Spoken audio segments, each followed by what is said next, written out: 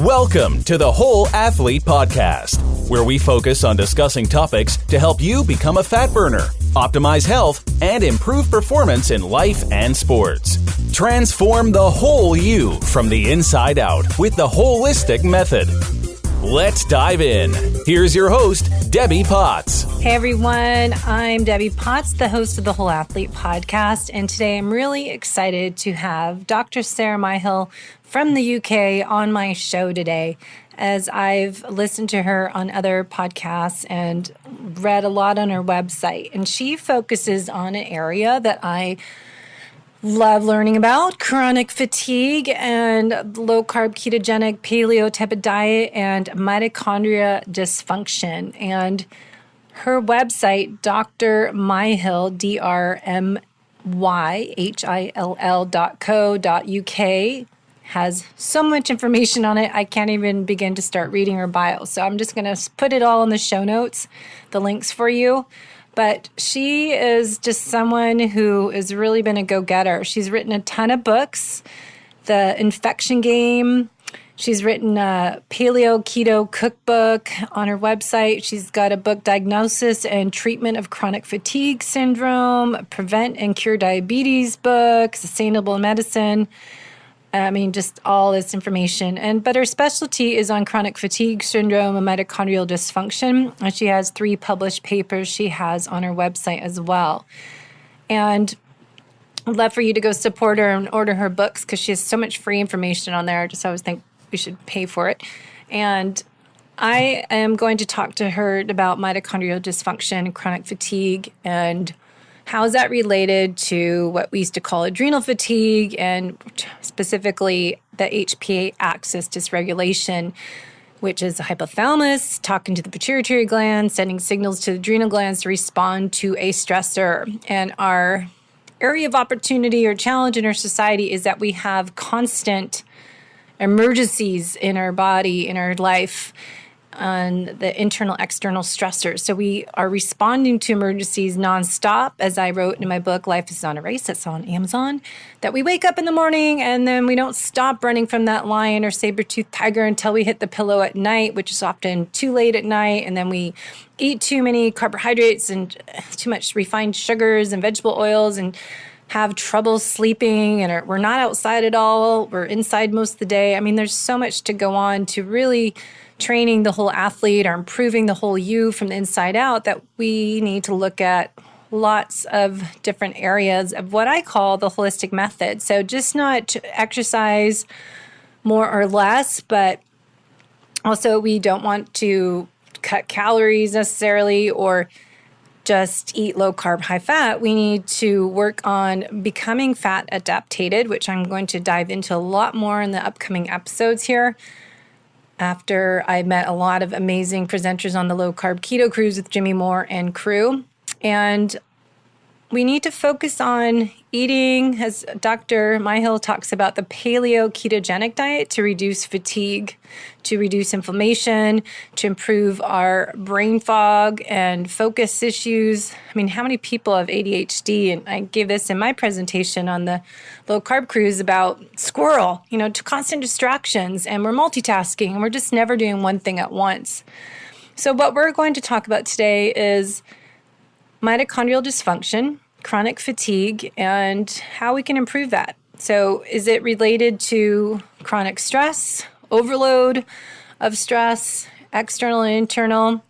But also, as I started to say, get off track all the time, what we eat is important, but as I continue to discuss and share in presentations, it's when we eat it, so time-restricted eating, not 3 hours before bed or too close to bed.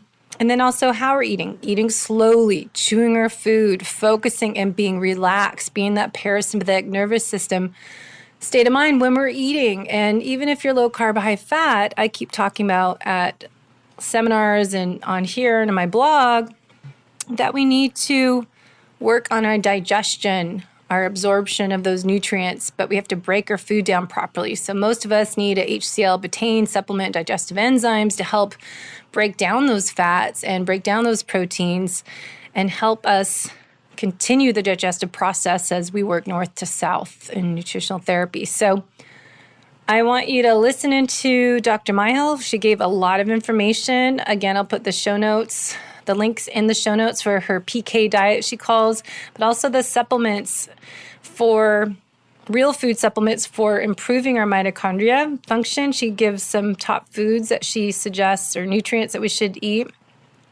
There, we're going to work on how you can improve your energy level and how you can just feel better and improve your performance, as well as the mindset, get rid of mood swings, and all of this that happens when we switch to more of a low-carb, high-fat food plan and eating real food. So I will stop talking and bring on Dr. Myhill. She talked away, so I didn't really get to ask too many questions because she just kept going and she's filled with information. So if you have any questions or comments, please reach out to me, as some of you have. I love hearing from you. So you can reach me via debbiepotts.net and catch my free ebook there on how chronic stress impacts the whole you, including how it impacts your ability to be fat burning machine or fat adapted, as well as optimizing your health, your mitochondrial health, and your performance in life and sports. So let me quit rambling and bring on our guest today. Enjoy the show and let me know what you think. Why don't you start kind of talk about how you got into focusing on chronic fatigue, performance, and mitochondrial health? Okay. I started off as a doctor in 1981, and it became very obvious to me from very early on in my work as a doctor that they weren't asking the question why. And by that I mean, if a patient came into me with arthritis or with migraine or with irritable bowel syndrome, what the patient wanted to know is, why have I got this? And it was very obvious that conventional medicine was not addressing that question.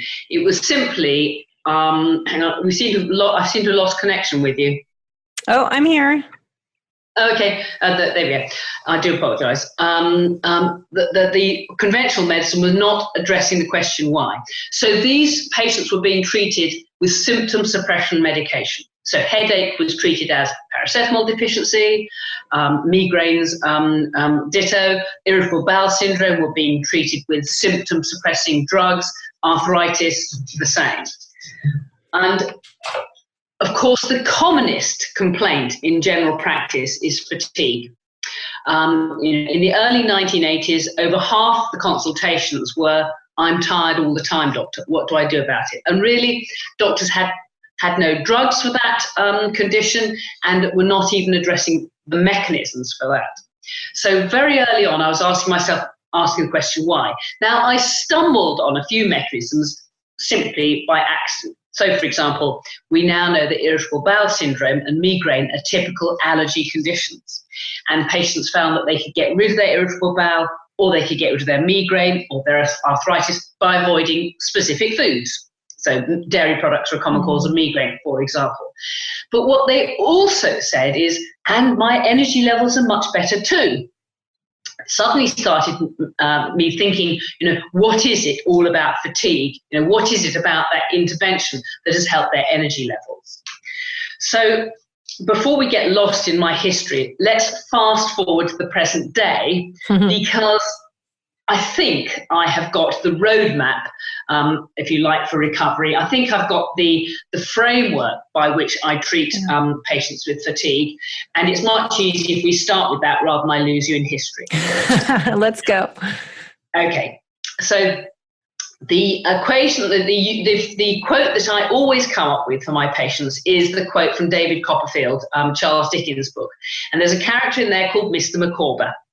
And he's famous for saying, income 20 shillings, outgoing 21 shillings, result misery. Income 20 shillings, outgoing 19 shillings, result happiness. And that is the framework I like to use. But instead of income, you use the word energy. And there are two sides to the energy equation. The first side of that is, how does the body generate energy? How does it generate energy to allow us to do the things we need to do, to keep warm, to run around, to use our brains, for our immune systems to function? That's the one side. That's the income, if you like. Yep. And then on the other side of the equation, we have to ask the question, how is that person spending energy? Are we wasting energy there? Now, the first point to realize is that about 2/3 of all the energy that the body generates does nothing other than just keep us alive. Basic metabolism, keeping warm, basic gut function, basic heart function, basic liver function, and so on and so forth. Mm-hmm. So that leaves us with about 1/3 of that energy pot to spend on life. And guess what? We spend it on physical activity, we spend it on mental activity, both of which, of course, are demanding of energy. Now, in patients that I see with fatigue, there are 2 common holes in that energy bucket. And the biggest hole is probably what I call the immunological hole. If the immune system is busy, then that absorbs an enormous amount of energy. How do we know that? You give somebody flu, a healthy person flu, and they're bedbound for 2 weeks. They've got acute fatigue, they've got acute ME for 2 weeks, whilst the immune system deals with that virus. And so the immunological hole is a large part of the story. And then there's what I call the emotional hole in the energy bucket. And people who suffer from post-traumatic stress, childhood abuses, constantly fretting. Of course, the brain is busy, and that kicks another hole in the energy bucket. But we always start with energy delivery mechanisms. How is energy generated in the body? Because that is key. Yeah. And again, I like to use language that my patients can understand. An analogy that I'm using all the time, which is very helpful, is the car analogy. Mm-hmm. Now, for your car to go, you've got to have the right fuel in the tank, and that's all about diet and micronutrient supplements. You've got to have the mitochondrial engine. You've got to be able to burn that fuel in the presence of oxygen in order to generate the energy for the car to go. And then you've got to have the thyroid accelerator pedal set correctly, not too fast, not too slow, but to match demands. And you've got to have the adrenal gearbox. So those are the 4 players that I see with respect to energy delivery mechanisms. And what a very useful tool in tracking that are core temperatures, because the sum total of all those mechanisms, the fuel, mitochondrial engine, the thyroid accelerator pedal, and the adrenal gearbox, is your core temperature. Mm. And it's what I'm looking for these days are simple clinical tools so that people can fix their own problem. Because we don't have the doctors to go around, we don't have the nutritional therapists to go around, we don't have the professional skills to treat all the people out there that need it. And therefore, my job now, I see, is to give those people the rules of the game and the tools of the trade to help them fix themselves, because, as I say, we don't have the resources for other people to do that. And the other very important point about that view is the changes that I'm asking people to do are very difficult. They're major lifestyle changes. Yes. They're a complete swing around from what we're used to eating, how we're used to sleeping, how we're used to, spending our energy.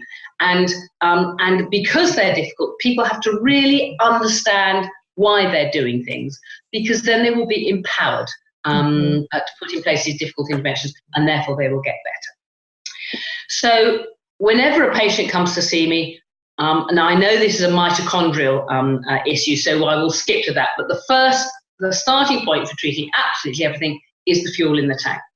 It's no good me putting petrol in my diesel car. It'll chug along for a bit and it'll eventually come to a halt. So without the diet and the micronutrients, everything else is a waste of time. Mm-hmm. The next thing I look at are the mitochondria. Now, mitochondria are fascinating organelles. Every living organism in the whole biological world has mitochondria to generate energy. And that goes to, the sheep that's in the field in front of me, my little dog Nancy, who's sitting next to me. You can see her, Nancy. My horses, frogs, a lot. They all have mitochondria. It's like every car in the world, let's assume, is powered by a diesel engine. It's a fundamental biological unit. And I've worked for many decades with the most brilliant biochemist in the world, namely John McLaren Howard, who now runs Acumen Laboratories. And thanks to his brilliance, he developed a mitochondrial function test that allows us to measure how well the engines are working in my patients. And I've now done over, nearly 1,000 of those tests we published together with Dr. Norman Booth, we published 3 papers about this. And of course, John has done a great many other tests as well. And it's now very clear from those tests, from the researches that we've done, and from following up patients, that there are 3 important players with respect to good mitochondrial function. The first thing is the mitochondria must have the raw materials to work. Mm-hmm. It's not difficult. It's common sense, isn't it? If you have an engine, you've got to have spark plugs, you've got to have the right oil, you've got to have air filters, you've got to have combustion chambers, and it's the same with mitochondria. And our experience is that there are 5 micronutrients which are the most common rate limiting steps. And so even if you don't have access to the tests, simply taking those 5 micronutrients will enormously improve your mitochondrial function. And those are coenzyme Q10, acetyl L-carnitine, vitamin B3 or niacinamide, magnesium, and D-ribose. They are the 5 key nutrients. And the doses are all on my website, so anybody can do that. The second point is mitochondria might be going slow because they're blocked by something. I mean, mitochondria are bundles of enzymes, and if you get things that get stuck in enzymes or translocated protein or whatever, then it's going to clog up the works. It's a little bit like throwing a handful of sand into Lewis Hamilton's Formula One engine. It's going to go slow, it's going to get messed up. And the awful thing is we live in such a polluted world that there are lots of nasty chemicals that can get in the way and inhibit mitochondrial function. Now, again, back to John McLaren Howard, Acumen Laboratories.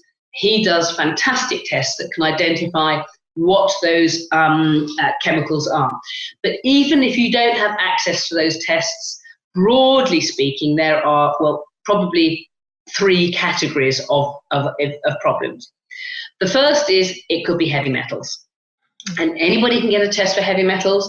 My preferred option is to use urine testing following with DMSA in order to collate the heavy metals and pull them out through the urine. So that's a useful test. Secondly, it might be pesticides or volatile organic compounds. Now, you can get a lot of clues from the history. Guess what? I've seen over 100 farmers who have been poisoned by organophosphate pesticides. And don't forget, glyphosate, which is the most widely used pesticide in the world, is chemically an organophosphate. We've been brainwashed into thinking it's safe. It absolutely is not safe. So whether we like it or not, we are all exposed to these nasty chemicals. And the business of making energy has got a nasty biochemical name. It's called oxidative phosphorylation. And guess what? Organophosphates inhibit that, as well as blocking translocated proteins. And again, I now know that any heating regime will help to get rid of these nasty toxic chemicals. And by that, I mean traditional saunering, far-infrared saunering, spa therapies, maybe with massage, hot baths with Epsom salts. I've done tests of toxicity before and after, and the toxic load comes down reliably well. So even if you don't have access to tests to measure, simply doing heating regimes or sweating regimes will help to detox the mitochondria. And there are other nutritional interventions one can do to assist that. So what about, I just wanted to throw in, I met a company called, out of the UK, Mitochondrial Rescue, and they were saying they're testing mitochondrial function with heart rate variability type of testing that was from Russia, the clips on your arm, and they just says more high-tech way to test. Do you feel that helps at all, or use that? That is not a specific test of mitochondria. That is a test of cardiac output. Now, I'm saying that without knowing what your exact test is, but that's a test of cardiac output. And of course, cardiac output is also a measure of energy delivery mechanisms, because if the heart doesn't have adequate energy, it cannot beat powerfully as a pump. If the heart cannot beat powerfully as a pump, then the blood pressure will tend to fall. Now, should that happen, and that does happen in patients with severe fatigues, they have rather weak, flabby hearts that cannot beat powerfully and low blood pressure. The only way that the heart can increase its output is to beat faster. And the the total of that system amounts to something called POTS, postural orthostatic tachycardia syndrome. Now, people with severe ME all have this condition.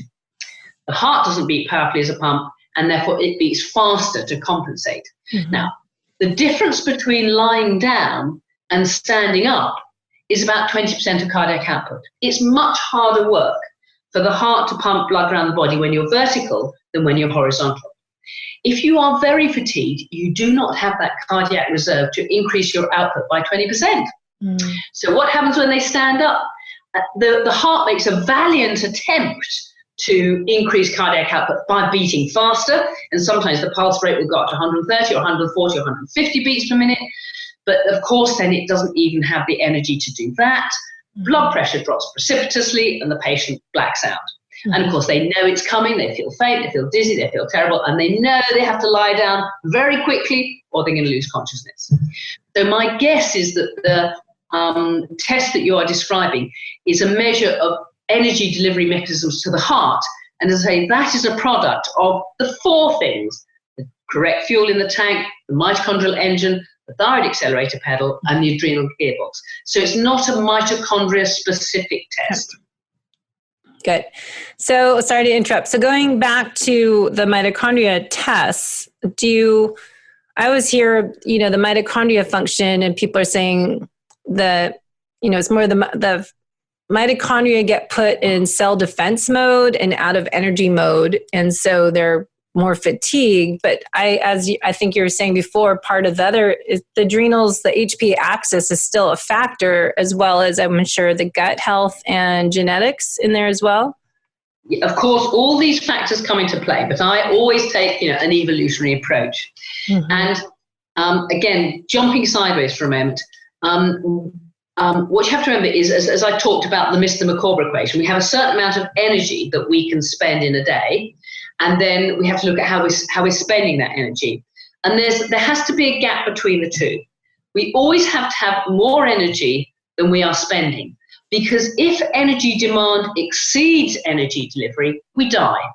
Mm-hmm. If the cell doesn't have sufficient energy for the heart to beat, for the brain to work, and so on, and the heart will stop if it doesn't have the energy there. It's a no-brainer when you think about it.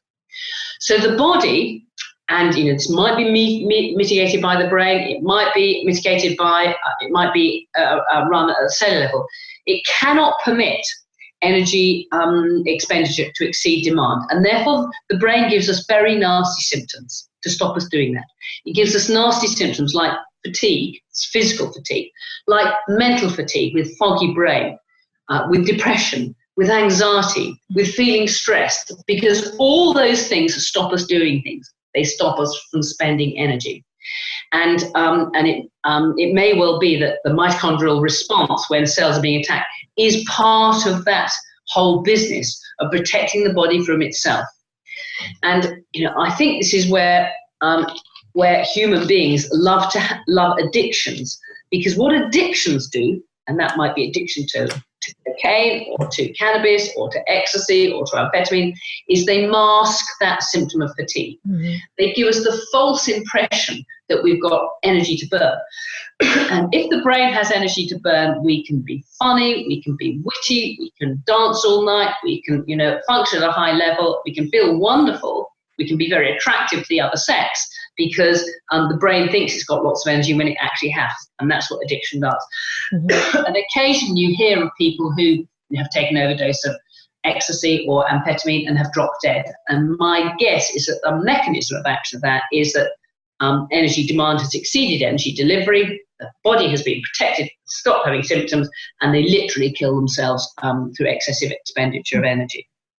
So let's tie it to athletes. So a lot of endurance athletes, say training for marathons, Ironman, trail running, I always speak about this in my seminars. Speak about chronic stress, how it impacts the whole you to burn fat, improve performance, and optimize your health. So I'm putting this all together because I think optimizing your health at cellular level is to do a lot with mitochondria function. And for athletes, when we're already busy all day, and then you add another 15, 20 hours of training, and they're probably overtraining for what our bodies should be doing, how can we improve our health and I'm looking at more performance, but longevity, I think, is what I keep telling people, that you need to not to look at what you're doing to yourself right now for that race coming up this year, but are you impacting your health for the next 10, 20, 30 years? Absolutely. It's mitochondria that determine our longevity. And mitochondria come down the female line. So you get a rough idea of your genetic potential from, how old your mother was when she died and how old her mother was, and so on. And of course, when you train, what you are doing is you are increasing the number of mitochondria that you have. So effectively, you have a bigger engine. And of course, training is an essential part of, athletic prowess and getting the best out of the system. I don't pretend to be an expert in training, but in athletics. But I see lots of patients with chronic fatigue syndrome, and the difference between me and a patient with chronic fatigue syndrome is the difference between me and an athlete, if you like. We all are on the same energy equation, and my job is to move people up to the optimum energy equation. And what I do know for my chronic fatigue syndrome patients is that if they overtrain, if they do too much, they actually make themselves a lot worse. And my guess is the athletic equivalent of that is overtraining. And yes, you can overtrain. Now, I don't have the experience or the knowledge or the skills to say to an athlete, this is your sweet spot. This is what's right for you. You need a much more experienced person than I do. But exactly the same basic rules apply. And for athletes, I would treat them in exactly the same way as my patients with chronic fatigue syndrome. Now, there's a very interesting story that illustrates this. I went to a lecture at Oxford Radcliffe Infirmary by Dr. Kira Clark. And she had been commissioned by the United States Army, American Army, to do a study. Now, the problem and this had to do with fighting during the 1991 Gulf War. During the 1999 Gulf War, the frontline troops were told, you've got to go into battle with everything you need for 5 days and assume you will be unsupported. i.e. you've got to carry everything you need for 5 days. Now, what do you do if you're a frontline soldier? You make sure you've got loads of ammunition. And so these guys went loaded with ammunition and weapons and didn't carry much food with them. And what that meant is by the third and the fourth day, they were getting very hungry.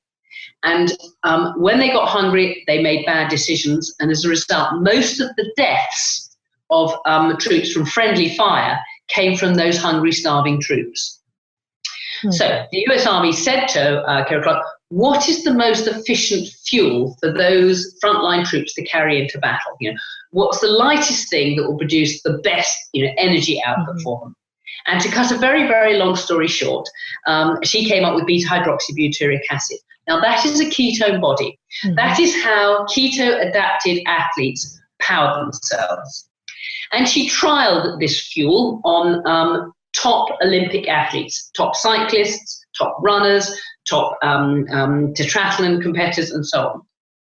And what she did is she gave them this fuel, and it was about 80 mils of beta-hydroxybutyric acid, which they had in a sort of drink 3 times a day. I'm told it tasted absolutely disgusting. But she then retested their athletic performance. And what was so fascinating is those top athletes who were already at the peak increased their performance by between 7 and 15%. Now, for a top athlete, that is the difference between an also-ran and a gold medal. It makes a massive difference. And to me, that was and so of course she went back to the American Army and said, this is the fuel your troops should be taking to the battle, beta-hydroxybutyric acid. So it was a lovely illustration of how ketones have the potential to improve endurance performance. And of course, there's another very simple reason why that should be the case. The athlete who is keto adapted will store fuel as fat. The athlete who is running on carbs will store fuel as glycogen. Now, glycogen can be held in the liver and it can be held in the muscle, but glycogen has an osmotic pressure. And what that means is that if you've got your body saturated with glycogen, you're probably carrying an extra maybe 1.5 or 2 kilograms of fluid. So immediately, as soon as you get keto adapted, your power weight ratio is improved. It means I'm no athlete. It means that I could go into battle carrying, maybe 1.5 kilograms less of weight. And that has got to give me a slight edge over somebody who is carrying that extra fluid.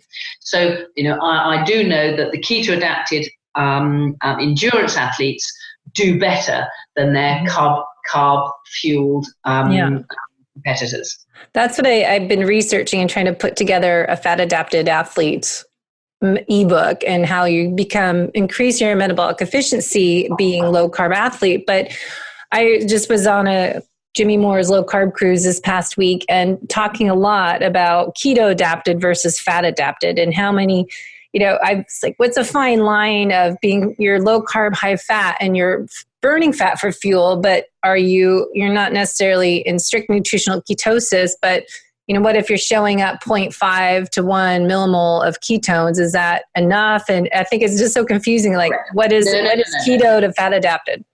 No, I'm not sure I distinguish between those two things. If you have got any amount of ketones in your blood, then you are running on ketones and you're fat adapted. Now, what you may be describing, because I see this clinical picture very often in my chronic fatigue syndrome patients, is I ask them to do the ketogenic diet. And as you know, it takes at least a week and sometimes 2 weeks in order to get into ketosis. There's a certain inertia in the system, if you like. But they do the perfect diet and they're in ketosis, and we know that because we can measure ketones in the blood. But they say, I still feel as if I've got hypoglycemia. Now, I call that ketogenic hypoglycemia. And I think that what it's all about is in the early stages of fat burning, the body relies on adrenaline in order to fat burn. Mm-hmm. What it actually should be fat burning is thyroid hormones. And I think those patients with ketogenic hypoglycemia are actually hypothyroid. They haven't got the thyroid hormones in order to be able to fat burn efficiently. Now, this feels like hypoglycemia because all the symptoms of hypoglycemia are not low blood sugar symptoms, they're adrenaline symptoms. So they are using adrenaline to fat burn, and they feel hypoglycemic, but actually they're not. They've got ketones there and they're running nicely on ketones. It's just how the body feels. So I take that symptom very seriously. And if a patient's got ketogenic hypoglycemia, then I have low threshold for using thyroid hormones. And when you get the thyroid balanced up right, all that ketogenic hypoglycemia just melts away, and suddenly, they're functioning well. So when you're treating your clients, your patients, to reduce chronic fatigue and improve mitochondrial health, you're putting them all on a more ketogenic diet? Is what you're finding the best success for people? That is the starting point. Getting people well is like building a house. And there's no good putting the fancy top windows up if the foundation stones are in place. And, as I get older, I get much tougher with my patients. And if they're not doing the ketogenic diet, I say, don't come to me. It's you're wasting your time, you're wasting my time. This is a no-brainer. You've absolutely got to put in place. And people find any number of excuses and reasons why, it's not for me, I've got this problem, I've got that problem. And I'm afraid I'm really cruel these days. I say, cut through the crap. You've just got to do it. And if you feel awful doing it, then that is because you've got ketogenic hypoglycemia, or it's triggering a detox reaction, or it's triggering a Herx reaction. It's killing off microbes. There are reasons for that.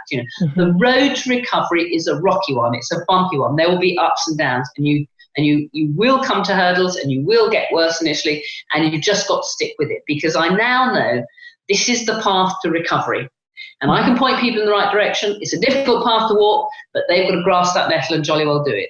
Well, we had Dr. Barry on the cruise last week, and he's big into a doctor into ketogenic diet as well, and the research behind it, and Dr. Eric Westman. And so it's just great to hear from doctors as yourself to share that this isn't just a trend. There is research behind it, because I have so many clients that are just like, where's the science? And they don't believe it, that it's, you need carbohydrates.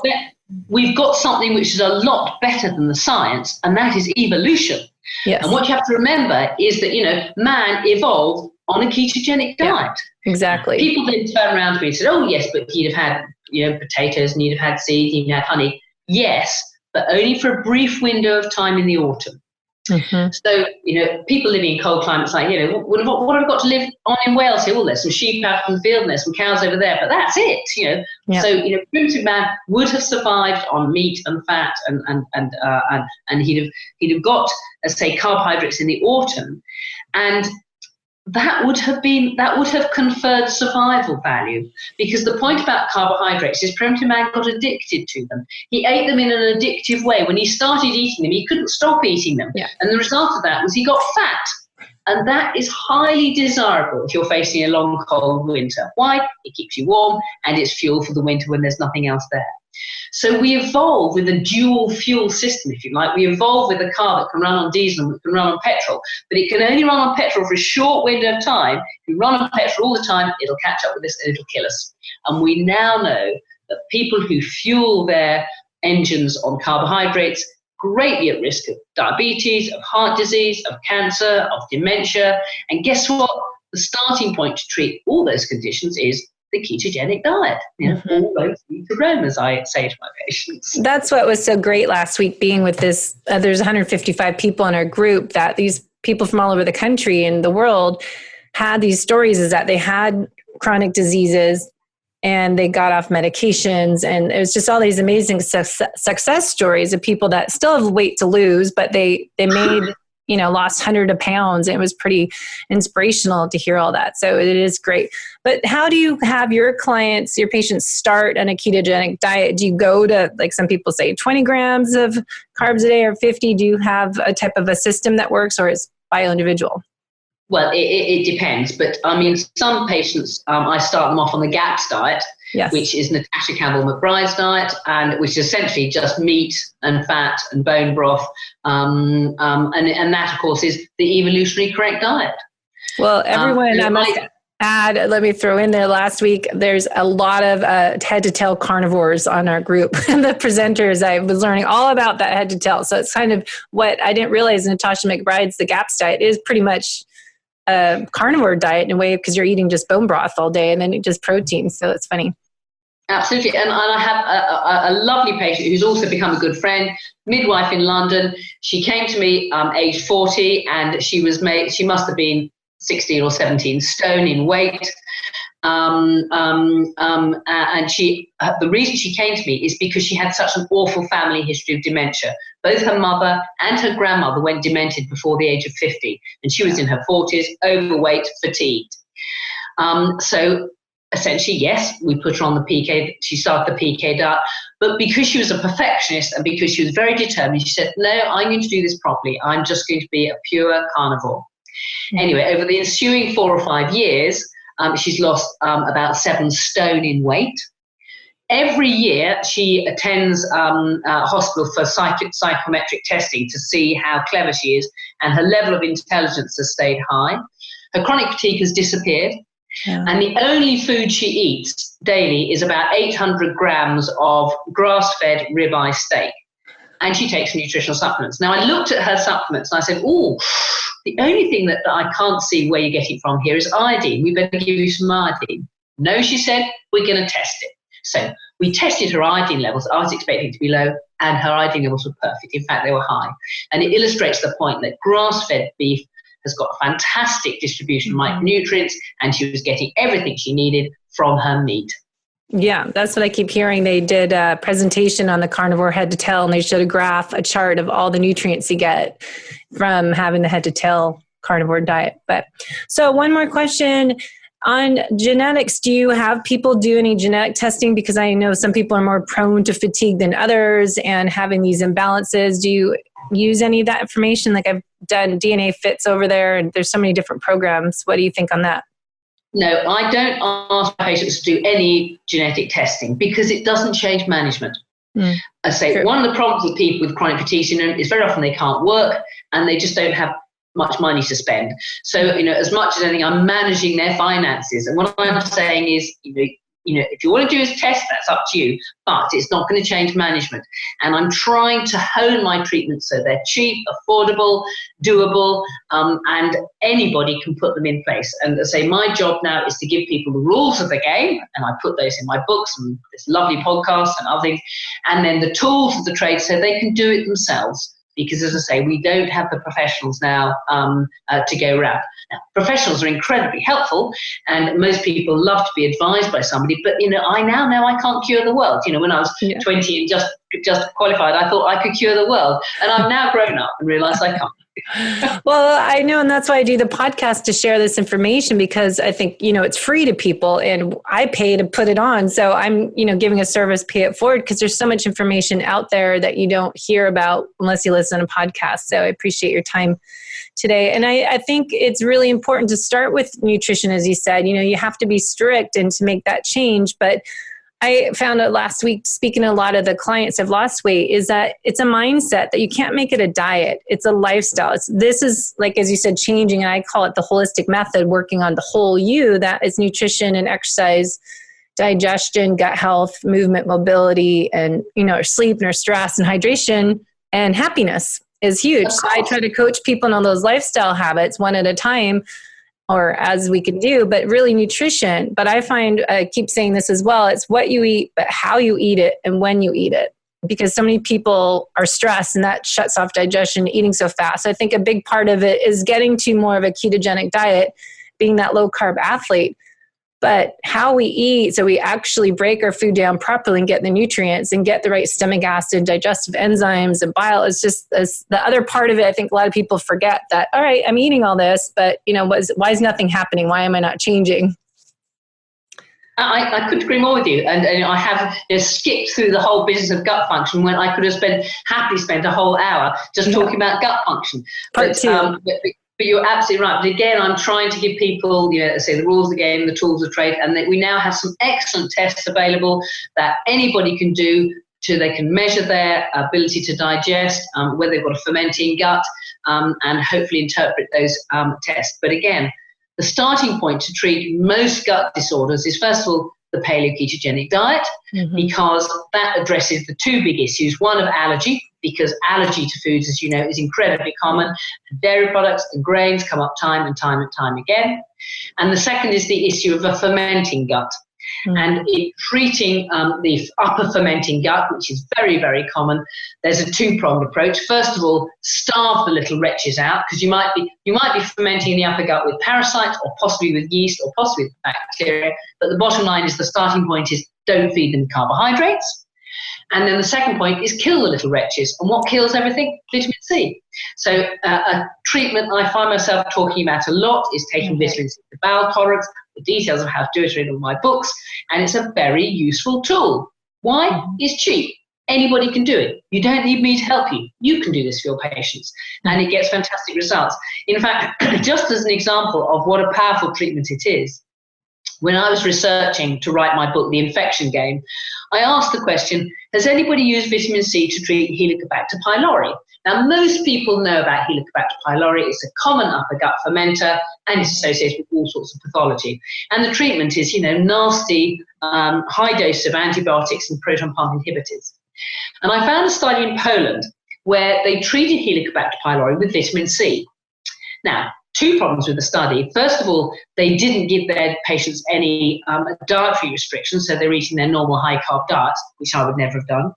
And secondly, the dose of vitamin C was tiny. They gave them 5 grams a day, which, for people who know how to use vitamin C, realize that's the lowest dose you would ever use. But the astonishing thing was they cured 30% of the patients they treated with that. Now, I'm amazed they cured any of them with that regime. I wouldn't use that for any of my patients, but they did. There's a lovely illustration of how well vitamin C works as an antimicrobial, and the key thing with it is the dose.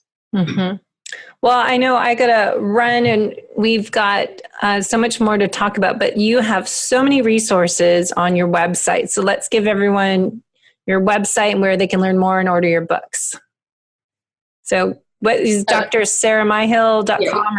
Yeah, if you just Google Dr. Myhill, it comes up, and there are details of my books there, about chronic fatigue syndrome, about the infection game, about sustainable medicine, about the diet and the PK cookbook, but most of those pages are contained somewhere in within the website, so you might have to dot around to find it all, but most of it is there. The problem is that my book publisher doesn't like me putting all my book chapters up there because she thinks it'll stop people buying the books. So, but I try to, have a bit of a balance there, let's say. Yeah, so you do have lots of free information on there. So people grab that, but order the book. So I like getting books and highlighting everything in there and putting tabs in because there's so much information that I always like to buy the book anyways and reading stuff online. So anyways, I love your passion and your enthusiasm to keep learning and helping people around the world feel better, move better, and look better from the inside out. So thank you for your time today. And I hope we can find time to get you back on the show and go into gut health and energy. My pleasure. All right. Thank you so much. Thanks for listening to the Whole Athlete Podcast. If you have any questions, feedback, or topic suggestions, let us know on Facebook or at wholeathletepodcast.com.